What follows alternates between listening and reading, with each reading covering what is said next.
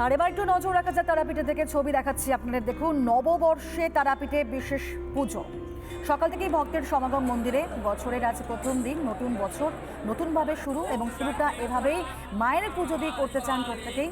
তার জন্যই মা তারার শরণাপন্ন হয়েছেন। একেবারে সরাসরি গর্ভগৃহের ছবি দেখাচ্ছি। দেখুন, আপনারা বাড়িতে বসেই দর্শন করতে পারছেন মা তারাকে। বীরভূমের তারাপীঠের ছবি আপনাদের সামনে।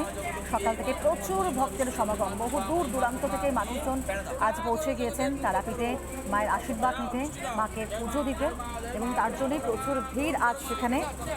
আজ নববর্ষ, নতুন বছর নতুনভাবে শুরু করা, প্রত্যেকের মঙ্গল কামনা।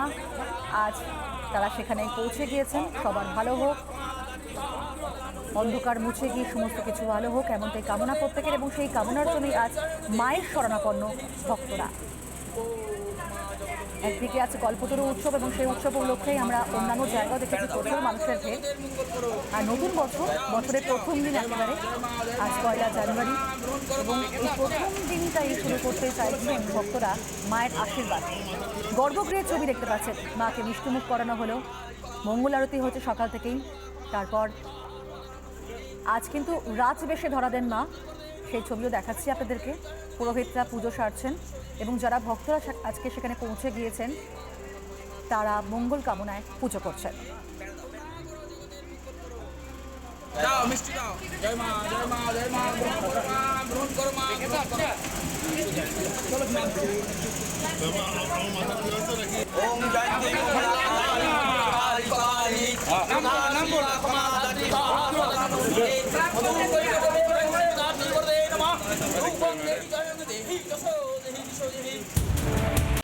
নানা ধরনের কন্টেন্ট দেখার জন্য লাইক করুন, শেয়ার করুন আমাদের ফেসবুক পেজ, সাবস্ক্রাইব করুন আমাদের ইউটিউব চ্যানেল।